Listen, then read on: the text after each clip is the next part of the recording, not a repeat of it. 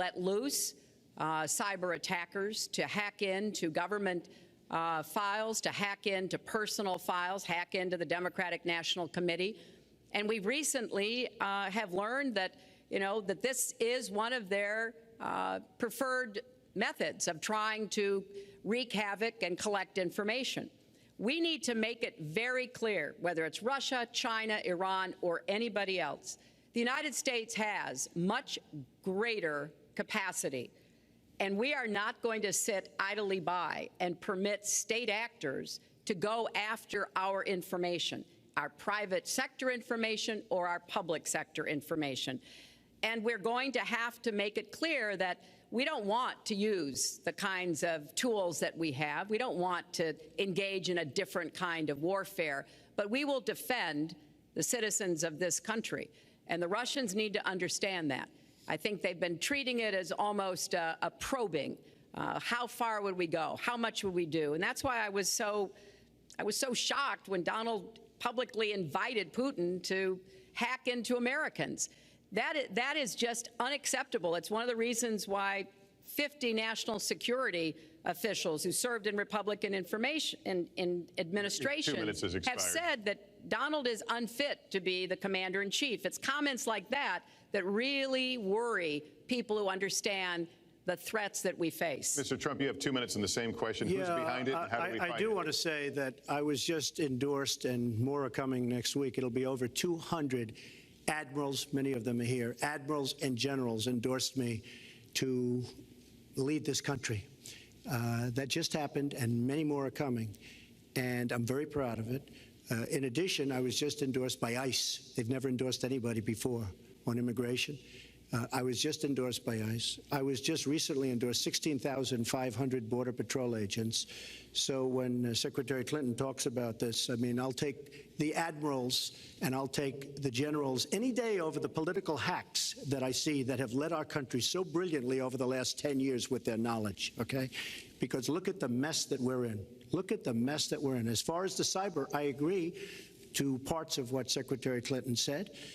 We should be better than anybody else, and perhaps we're not. I don't think anybody knows it was Russia that broke into the DNC. She's saying Russia, Russia, Russia, but maybe it was. I mean, it could be Russia, but it could also be China. It could also be lots of other people. It also could be somebody sitting on their bed that weighs 400 pounds, okay?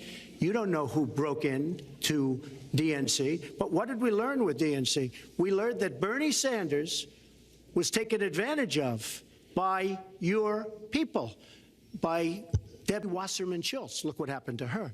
But Bernie Sanders was taken advantage of. That's what we learned. Now, whether that was Russia, whether that was China, whether it was another country, we don't know.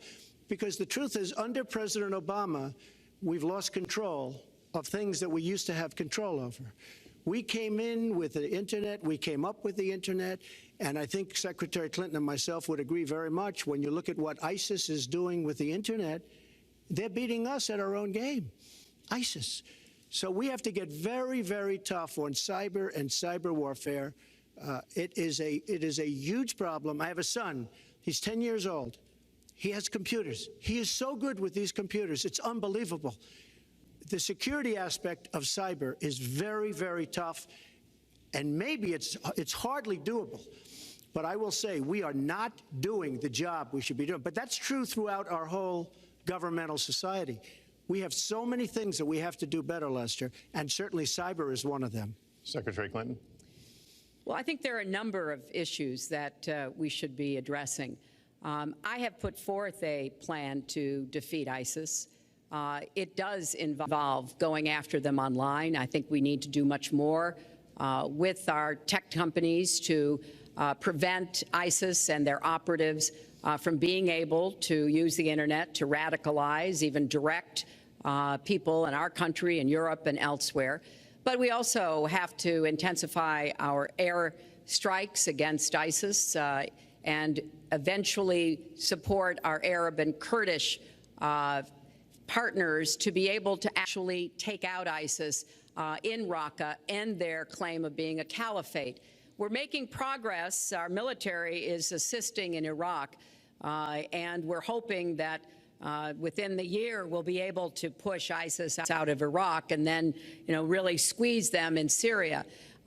But we have to be cognizant of the fact that they've had foreign fighters coming to volunteer for them, foreign money, foreign weapons. So we have to make this the top priority. And I would also do everything possible to take out their leadership. I was involved in a number of efforts to take out al-Qaeda leadership when I was Secretary of State, including, of course, taking out bin Laden. And I think we need to go after Baghdadi as well, make that one of our organizing principles, because we've got to defeat ISIS, and we've got to do everything we can to disrupt their propaganda efforts online. You mentioned ISIS, and we think of ISIS certainly as over there, but there are American citizens who have been inspired to commit acts of terror on American soil. The latest incident, of course, the bombings we just saw in New York and New Jersey, the knife attack at a mall in Minnesota, and the last year, deadly attacks in San Bernardino and Orlando. I'll ask this to both of you. Tell us specifically how you would prevent homegrown attacks by American citizens, Mr. Trump. Well, first I have to say one thing, very important. Secretary Clinton is talking about taking out ISIS. We will take out ISIS. Well, President Obama and Secretary Clinton created a vacuum the way they got out of Iraq, because they got out, they shouldn't have been in, but once they got in, the way they got out was a disaster, and ISIS was formed. So she talks about taking them out. She's been doing it a long time. She's been trying to take them out for a long time. But they wouldn't have even been formed if they left some troops behind, like 10,000 or maybe something more than that. And then you wouldn't have had them. Or, as I've been saying for a long time, and I think you'll agree because I said it to you once, had we taken the oil, and we should have taken the oil, ISIS would not have been able to form either, because the oil was their primary source of income. And now they have the oil all over the place, including the oil, a lot of the oil in Libya, which was another one of her disasters. Secretary Clinton. Well, I hope the fact checkers are turning up the volume and really working hard. Donald supported the invasion of Iraq. Wrong. That is absolutely wrong. Proved over and over again. Wrong. He actually advocated for the actions we took in Libya and urged that Gaddafi be taken out after actually doing some business with him one time. But the larger point, he says this constantly, is George W. Bush made the agreement about when American troops would leave Iraq, not Barack Obama. And the only way that American troops could have stayed in Iraq is to get an agreement from the then Iraqi government that would have protected our troops. And the Iraqi government would not give that. But let's talk about the question you asked, Lester. The question you asked is, what do we do here in the United States? That's the most important part of this. How do we prevent attacks? How do we protect our people? And I think we've got to have an intelligence surge where we are looking for every scrap of information. I was so proud of law enforcement in New York, in Minnesota, in New Jersey. You know, they responded so quickly, so professionally to the attacks that occurred by Rahami. And they brought him down. And we may find out more information because he is still alive, which may prove to be an intelligence benefit. So we've got to do everything we can to vacuum up intelligence from Europe, from the Middle East. That means we've got to work more closely with our allies. And that's something that Donald has been very dismissive of. We're working with NATO, the longest military alliance in the history of the world, to really turn our attention to terrorism. We're working with our friends in the Middle East, many of which, as you know, are Muslim-majority nations. Donald has consistently insulted Muslims abroad, Muslims at home, when we need to be cooperating with Muslim nations and with the American Muslim community. They're on the front lines. They can provide information to us that we might not get anywhere else. They need to have close working cooperation with law enforcement in these communities, not be alienated and pushed away, as some of Donald's rhetoric, unfortunately, has led to. Mr. Well, I'd have to respond. Please respond. The Secretary said very strongly about working with. We've been working with them for many years. And we have the greatest mess anyone's ever seen. You look at the Middle East, it's a total mess. under your direction to a large extent. But you look at the Middle East. You started the Iran deal. That's another beauty, where you have a country that was ready to fall. I mean, they were doing so badly. They were choking on the sanctions, and now they're going to be actually probably a major power at some point pretty soon, the way they're going. But when you look at NATO, I was asked on a major show, what do you think of NATO? And you have to understand, I'm a business person. I did really well, but I have common sense. And I said, well, I'll tell you, I haven't given lots of thought to NATO, but two things. Number one, the 28 countries of NATO, many of them aren't paying their fair share. Number two, and that bothers me because we should be, yes, we're defending them, and they should at least be paying us what they're supposed to be paying by treaty and contract. And number two, I said, and very strongly, NATO could be obsolete because, and I was very strong on this, and it was actually covered very accurately in the New York Times, which is unusual for the New York Times, to be honest. But I said, they do not focus on terror. And I was very strong, and I said it numerous times. And about 4 months ago, I read on the front page of the Wall Street Journal that NATO is opening up a major terror division.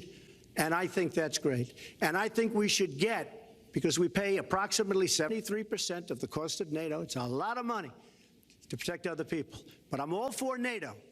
But I said they have to focus on terror also. And they're going to do that. And that was, believe me, I'm sure I'm not going to get credit for it, but that was largely because of what I was saying and my criticism of NATO. I think we have to get NATO to go into the Middle East with us, in addition to surrounding nations, and we have to knock the hell out of ISIS, and we have to do it fast.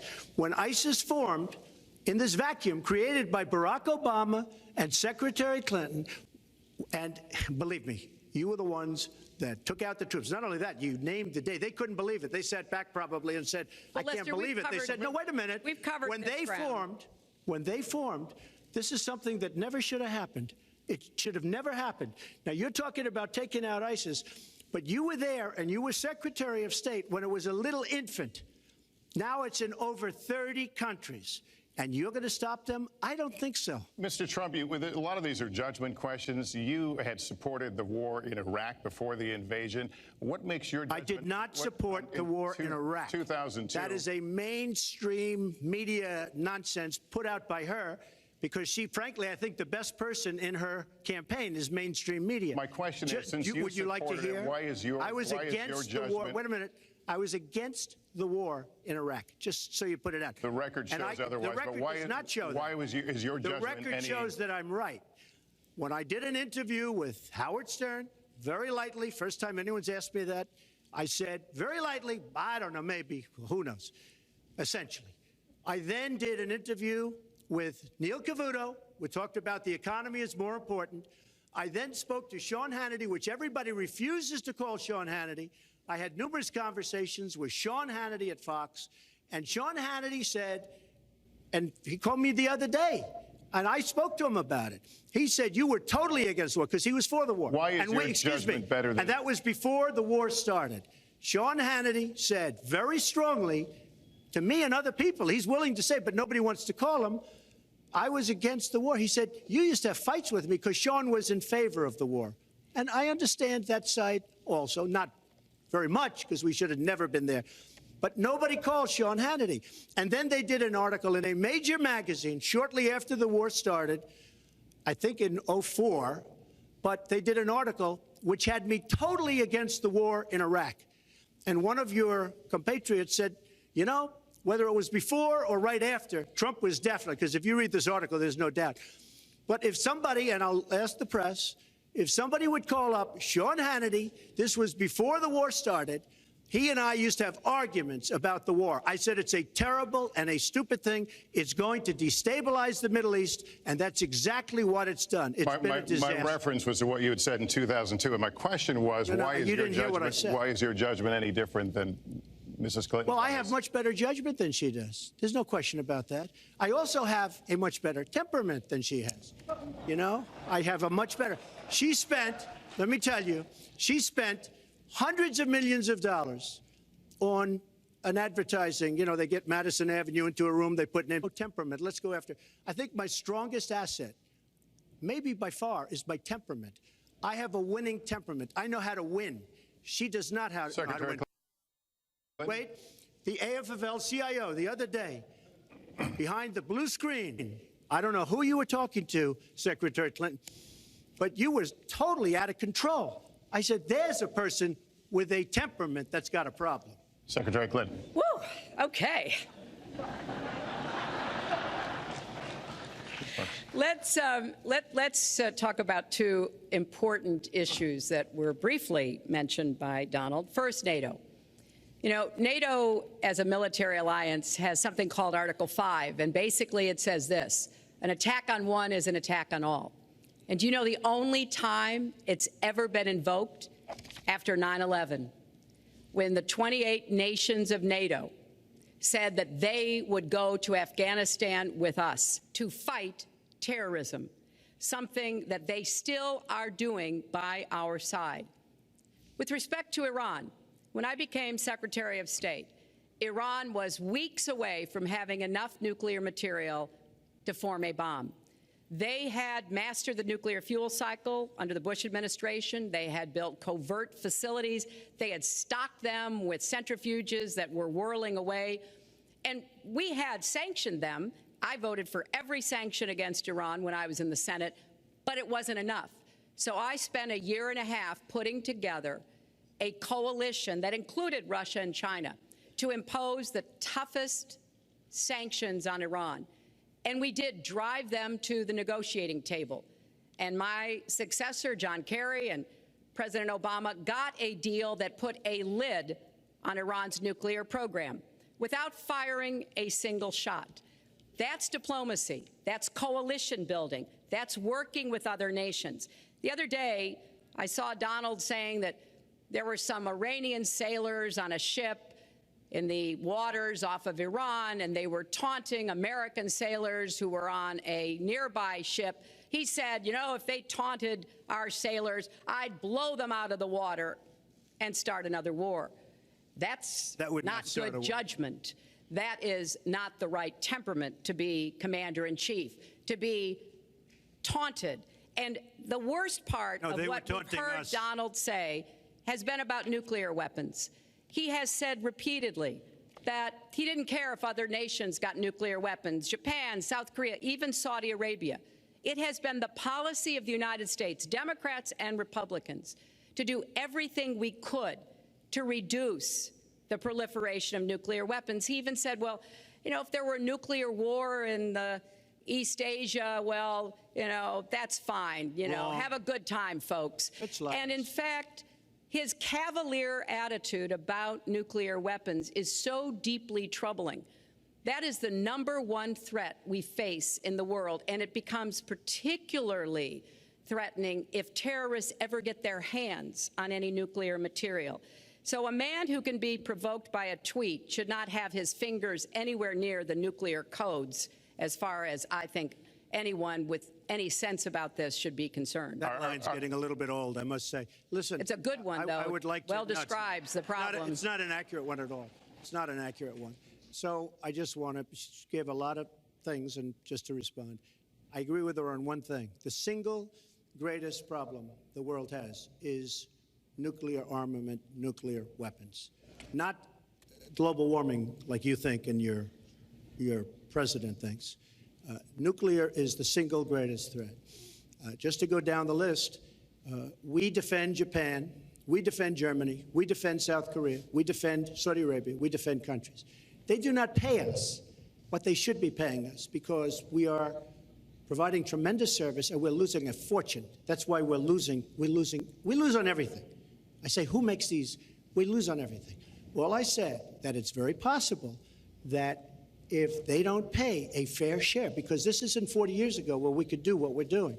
We can't defend Japan, a behemoth selling us cars by the million. We need to move on. Wait, but it's very important. All I said was they may have to defend themselves or they have to help us out. We're a country that owes $20 trillion.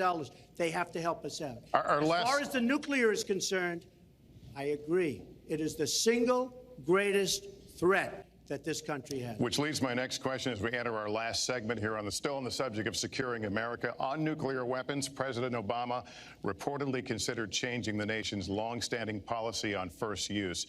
Do you support the current policy? Mr. Trump, you have 2 minutes on that. Well, I have to say that, for what Secretary Clinton was saying about nuclear with Russia, she's very cavalier in the way she talks about various countries. But Russia's been expanding.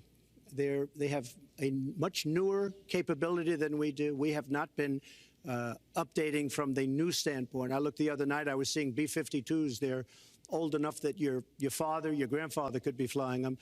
We are not keeping up with other countries. I would like everybody to end it, just get rid of it, but I would certainly not do first strike. I think that once the nuclear alternative happens, it's over.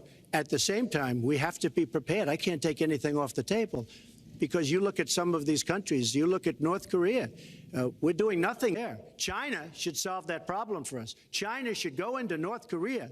China is totally powerful as it relates to North Korea. And by the way, another one powerful is the worst deal I think I've ever seen negotiated that you started is the Iran deal. Iran is one of their biggest trading partners. Iran has power over North Korea.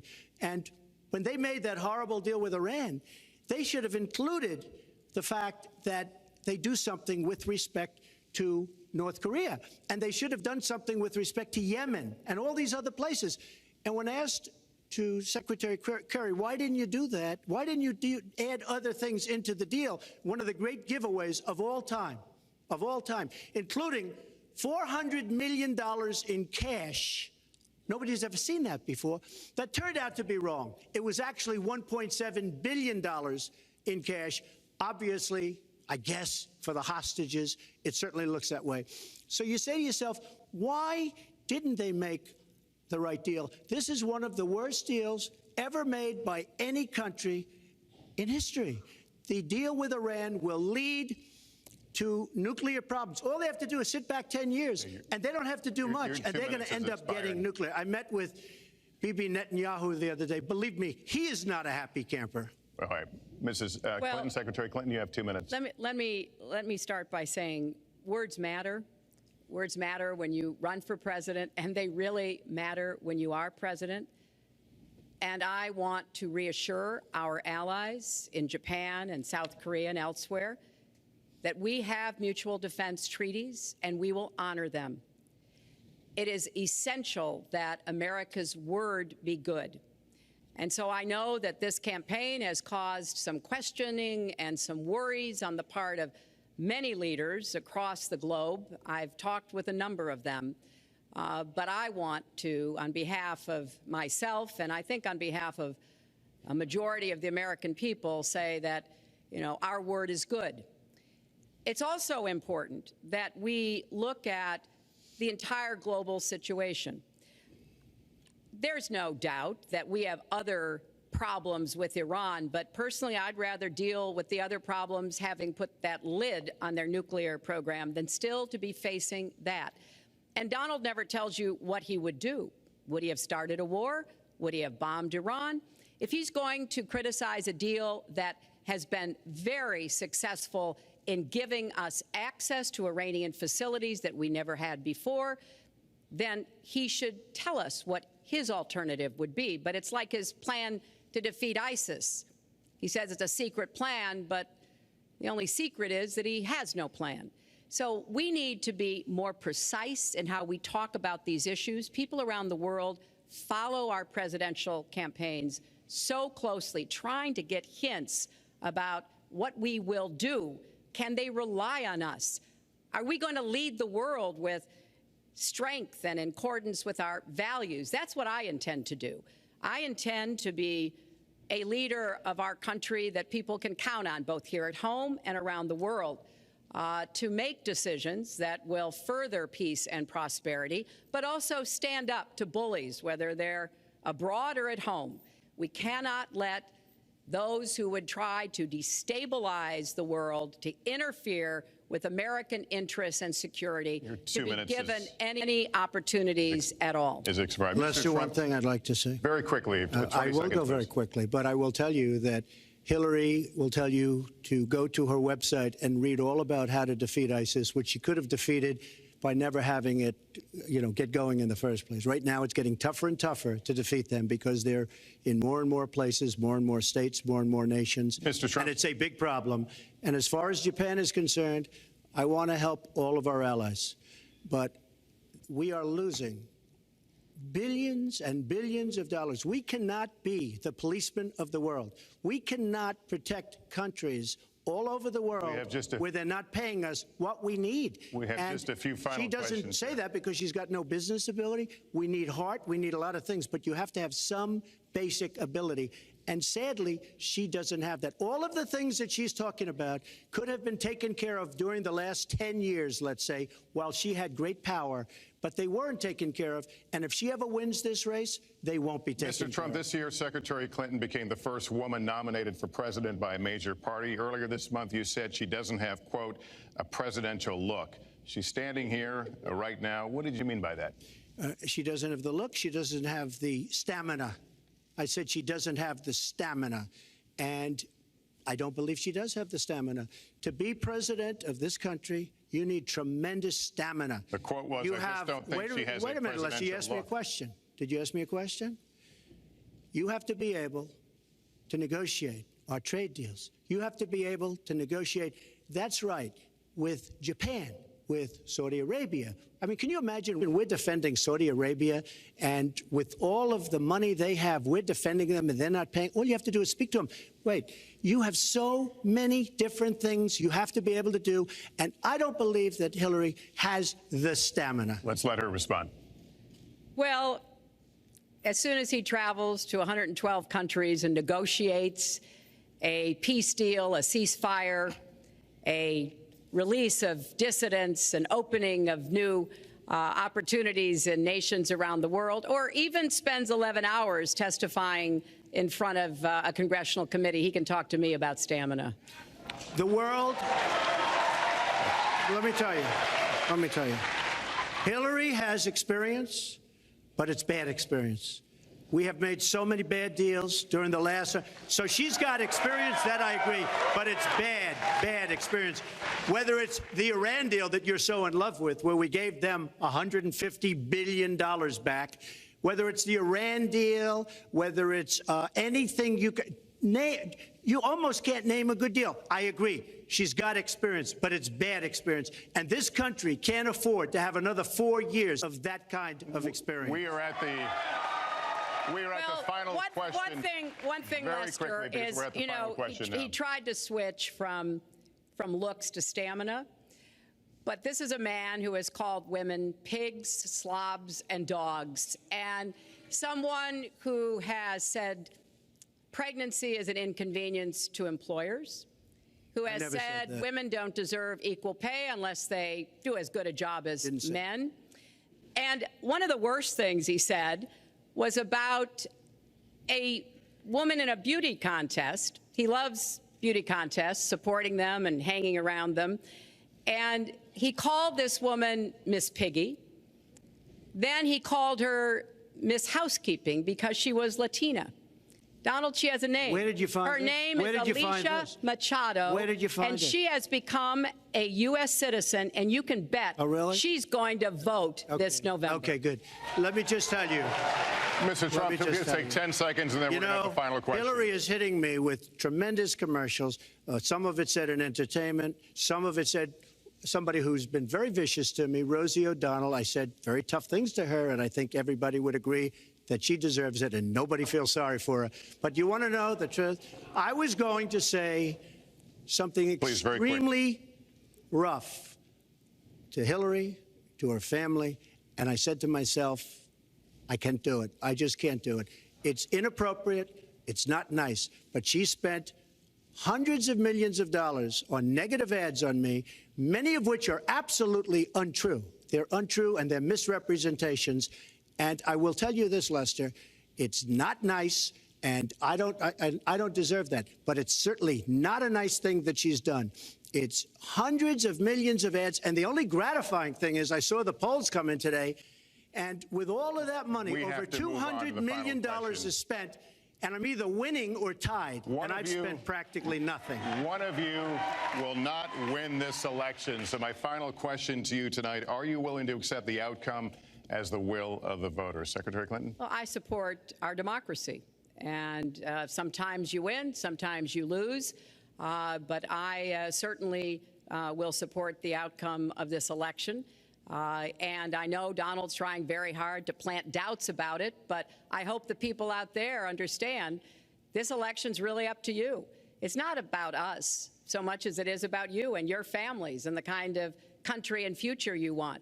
So I sure hope you will get out and vote as though your future depended on it, because I think it does. Mr. Trump, very quickly, the same question. Will you accept the outcome as the will of the voters? I want to make America great again. We are a nation that is seriously troubled.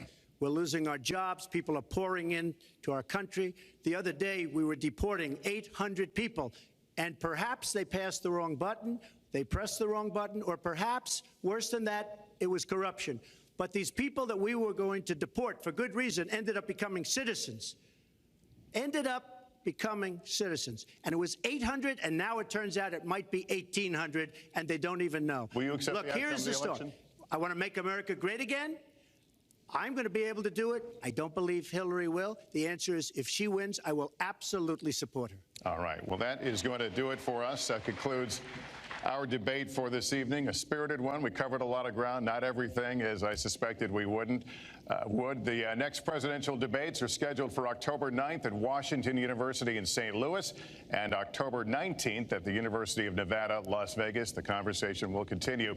A reminder, the vice presidential debate is scheduled for October 4th at Longwood University.